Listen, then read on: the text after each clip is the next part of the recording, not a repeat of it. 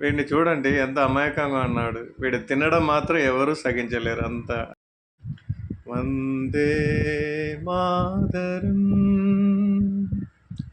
వందే మాతరం, సుఫలా మఫలా ఎల్లప్పుడు మేఫలా సుబలా మాతరం వందే. హాయ్, అందరు బాగున్నారా? మనం కోరుకున్నది ఎల్లప్పుడూ మనం తినలేమండి. ఎప్పుడు మనం కోరుకుంటాము అప్పుడు మన చేతిలో టప్పు ఉండవు. పెద్దలు అంటారు, ఏమంటారంటే చేతిలో రాళ్ళు ఉన్నప్పుడు దగ్గర కుక్క ఉండదు, కుక్క రెడీగా ఉన్నప్పుడు రాళ్ళు మన చేతిలో ఉండదు అంటారు. అలాగే పెద్దలు అంటుంటారు, డబ్బు ఉన్నప్పుడు మనకు ఏమి తినబుద్ధి కాదు, డబ్బు లేనప్పుడు అంతా తినబుద్ధి అవుతుంది, మన పరిస్థితి ఇలా అయింది ఏంటి అని అందరూ చెప్తూ ఉంటారండి.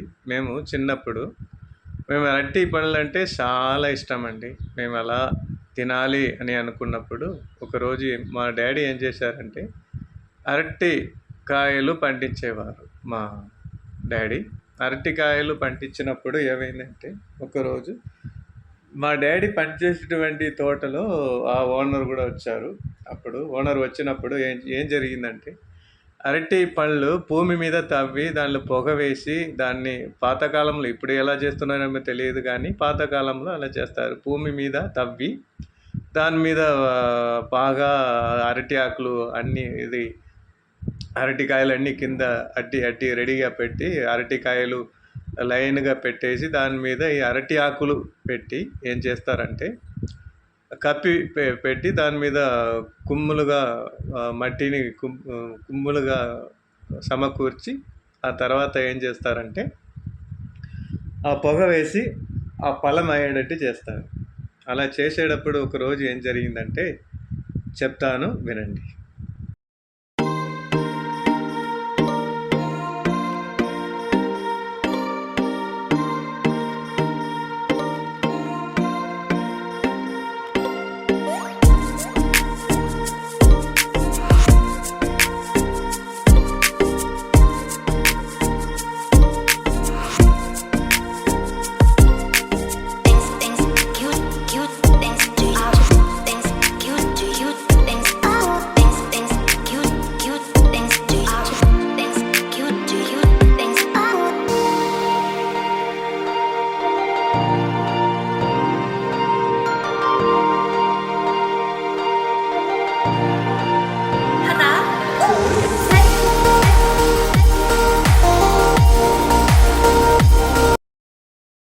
తినడం చూశారు కదండి. వీడొకడు ఎందుకురా వీపు అవసరమా, ఏం చూపిస్తున్నావు అక్కడ, పెద్ద పోసు కొడుతున్నావు ఏంటి?